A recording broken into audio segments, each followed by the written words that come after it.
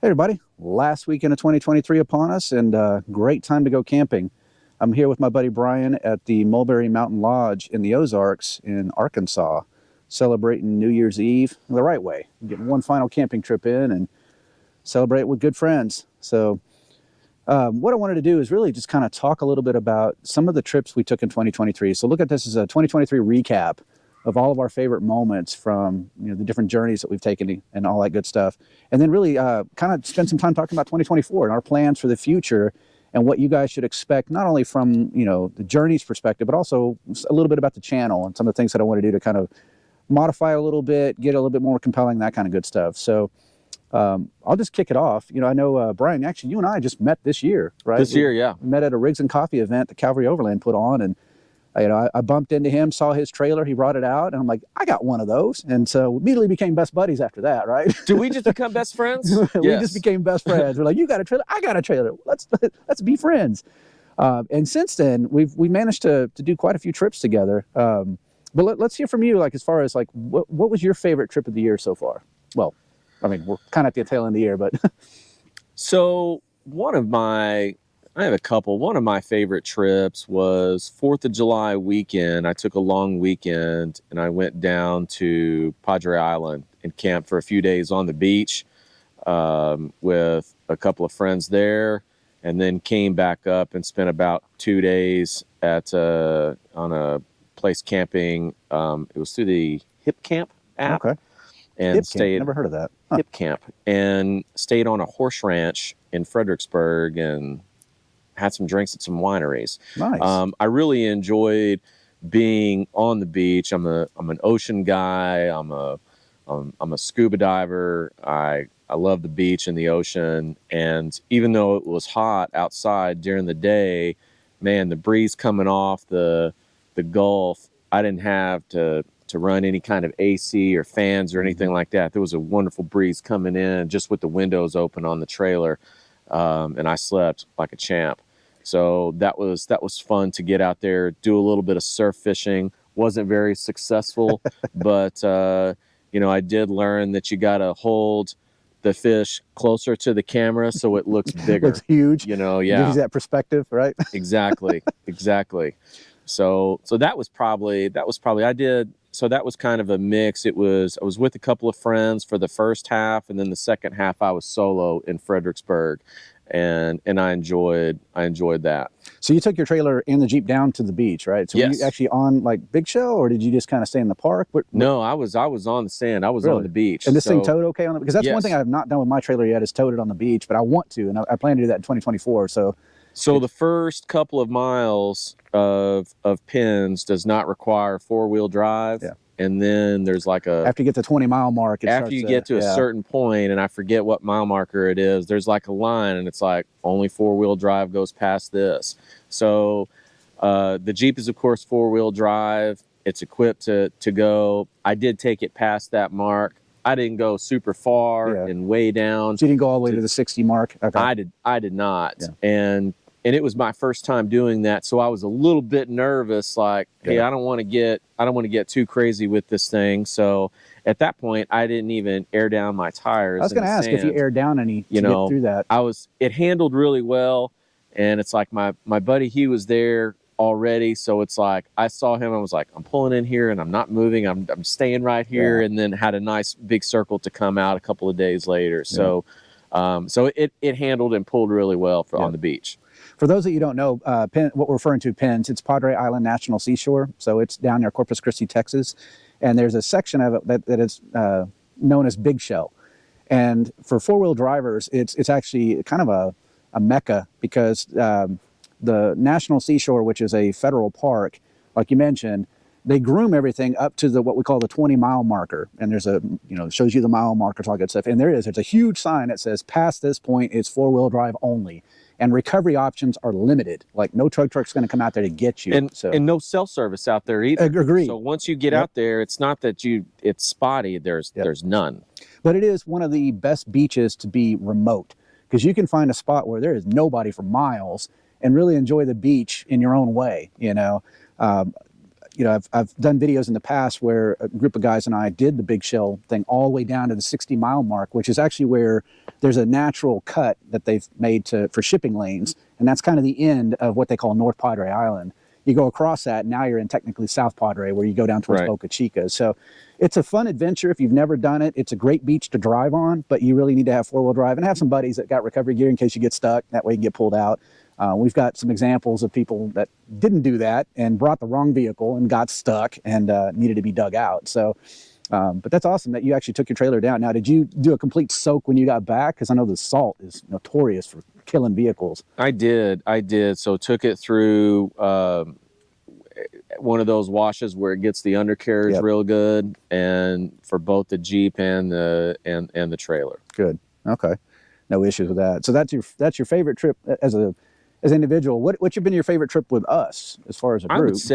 I would say when we came here in October for the rendezvous in the Ozarks, I had planned on going somewhere else that weekend, and I planned on going to Big Bend actually, and then I saw one of you guys, I think it was Mike, at the Rigs and Coffee, and he goes, "Hey, do you want to do rendezvous in the Ozarks?" And I was like, "I don't know what you're talking about, but sure." So changed my plans. I already had the time off from work to come down, and that was when we met with the we rolled in with the Cavalry Overland group and had about, I don't know, 30 or so rigs coming down from Dallas or coming up from Dallas to here in Arkansas, and it was a great time. The weather was really nice. It was a lot of fun times and great people. It really was. I think that's one of my favorite trips as well, is just the camaraderie that we experienced, right? These are people we'd never met before or passed by at one of these Rigs and Coffee events. The community was really nice, as far as bringing you in, sharing the food, sharing the fire, that kind of stuff. So I agree with you. I think that probably is one of the best trips that we've taken, right, together. And now we're back out here. I mean, it was so awesome. We decided to come back out to Mulberry Lodge because we felt like, our Mulberry Mountain Lodge, the two different things. Because it is such a great venue. There's awesome camping spots, but there's that huge field where they have different kinds of, have concerts and all kinds of stuff out here. So, and it's only within I think it's like a 4.5-hour drive from North Texas. So from the Dallas area. Right. Now, yeah, not too bad. Yeah. So it makes it very accessible for a weekend trip, a long weekend trip, whatever you want to call it.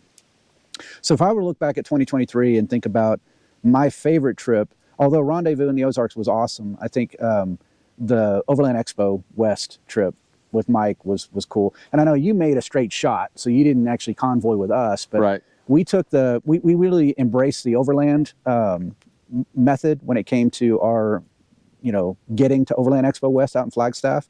And we took the longer route, and that route took us through like the Lincoln National Forest. It took us by the Billy the Kid Courthouse. It took us through, we got to see where Smokey the Bear was created, we went to the VLA, it's a very large array, to see the SETI stuff, Meteor Crater. So help me out. Who can prevent forest fires? Only you. You. Yes, that's only right. you. That's right. Forget the bears. Only you. Okay, Apparently bears can't do it. But the reason why that trip was special for me anyway was that the memories I have from that, and this was only back in May, that was in May. Frame. I don't remember the expo as much as I remember the journey to the expo. Being able to see all those different sites, it was an overlanding thing. So the destination was less important to me than getting there, right? As far as the journey we took to get there.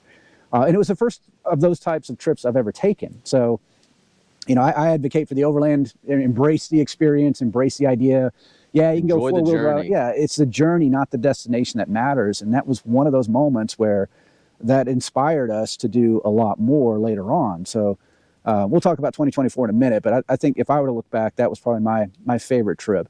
And for those of you who have never been to Overland Expo, they do, I think, 4 of them a year, but they do them in different, I think they do one in Portland, right? And then they do one in Flagstaff, which is the original, and then Colorado and Virginia, I think, are the other 2. Right. The Flagstaff one is the OG of Overland Expo, and it is huge. It's massive, almost to the point where it's too big. It too crowded, too big.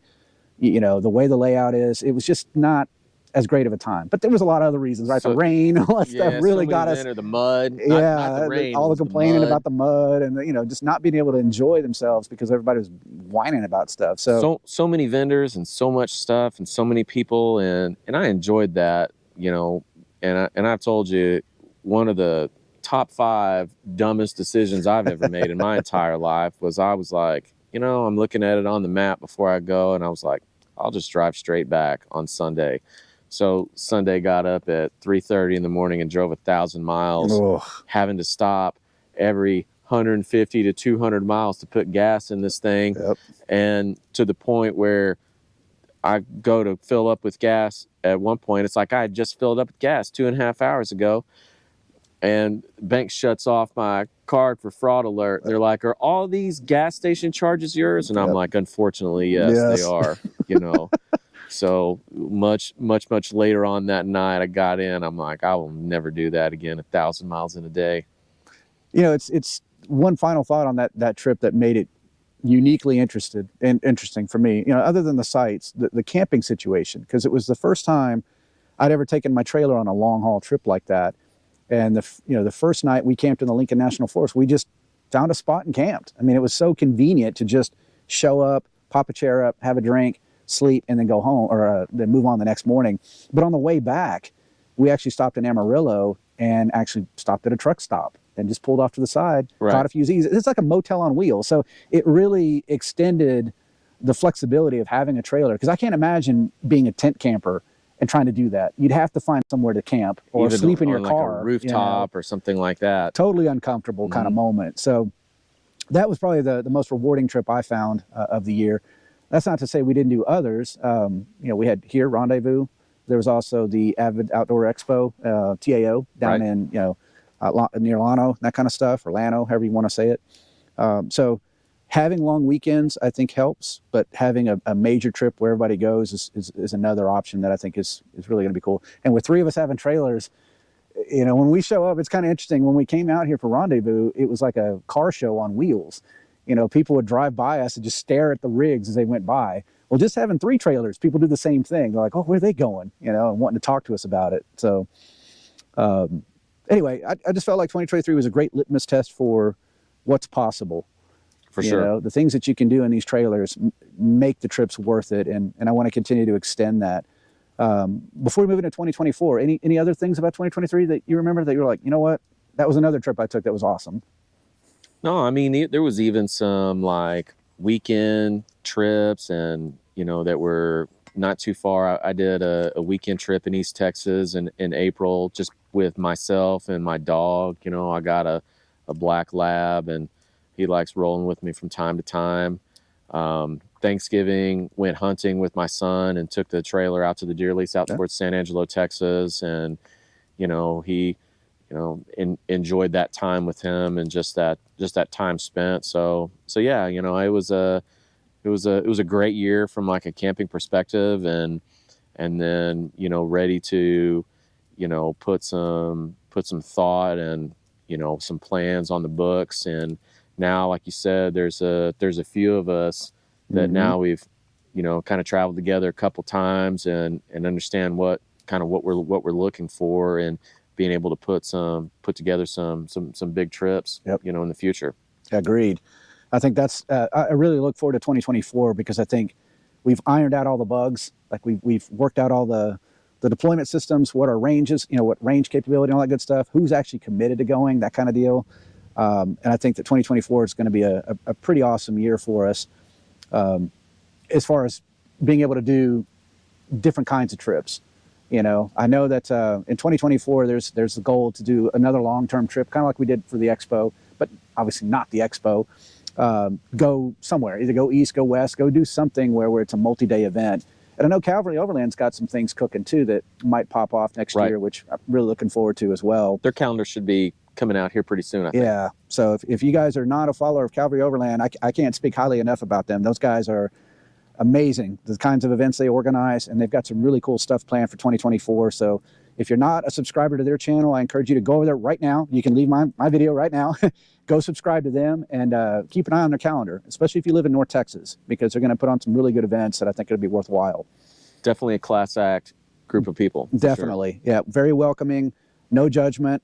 Everybody's got all kinds of rigs. They've all got, different reasons for camping. And it was just the first time I've ever been somewhere where everybody just came together and hung out like we were family. So if you're looking for that sense of belonging, they are the group to consider, For sure. in my opinion. So anyway, as far as, trips, like I said, we're kind of in the planning stage. Stay tuned. We're going to be talking a little bit more about that in future videos where we kind of express what our calendar is going to look like for 2024. As far as the channel is concerned, I think that we've done a pretty good job of talking more, about the trailer and kind of getting people informed about that. And I think we're going to pivot more towards these types of journeys and really talking about our experiences together and just kind of the good, the bad, and the ugly, right? The things that work, things that don't work. We're just average people. We're not, I don't know about you guys, but I'm not sponsored by anybody. I do this because I love doing it. I would consider us to be slightly above average. You think so? We're not mediocre, Right. but I mean, slightly above average people. Yeah. No sponsors, not social media influencers, but I mean, we're slightly above average. Exactly. And I know I'm kind of encroaching on a milestone. I haven't really talked about this in a while because I felt like every time I bring it up, people just kind of groan about it. But the subscription counts have been steadily increasing, which I've been excited about. And my goals for getting to that 1,000 subscription mark are so that I can have more control over the channel, being able to, do some things with the ads, turn them off. Honestly, I'm not trying to make money in my channel, and I don't want Google to make money off of my channel. So if you're annoyed with ads and you haven't subscribed and you like the content that I've produced, just give me a subscription. It's free. It doesn't cost you anything. There's no hassles involved. I think a lot of YouTubers feel like the majority of the traffic that they get is, transient viewers that look at the videos but never subscribe. And I get it. Nobody wants to clutter their stuff with whatever, but it really helps us grow the channel and get more control over it. So help us hit that 1,000 user mark in 2024 and to continue to grow the channel and motivate us to continue to make videos for you. And leave some comments down below about what you want to see in 2024. What should we change up? What's been informative from things that have sucked? I mean, I'll be the first to admit, not every video I make is great. Some people probably tune out in the first 5 minutes because they're like, okay, they're just droning on. But I put these things out there because when I was researching the trailer and the experiences, I wanted to hear from real world people that had no agenda. They weren't being sponsored by anybody. They were just doing it because they love it. And those are the more genuine videos, in my opinion. I don't know about you, but when I find videos like that, I enjoy watching them. Yeah, and I'm only here doing this video because you're cooking dinner tonight. That's it. I'm paying you to participate. So anyway, so stay tuned for 2024. We're going to get our schedule out here pretty soon. And if you're interested in hanging out with us at one of these Calvary Overland events, like I said, subscribe to their channel. Be happy to meet, hang out, say hey. Always pleased when I meet a viewer, somebody that's actually seen the stuff. So for everyone out there, have a great New Year's. Be safe. Don't drink too much if you can avoid it. And look forward to 2024. Happy New Year. Happy New Year, brother. Thanks, everybody.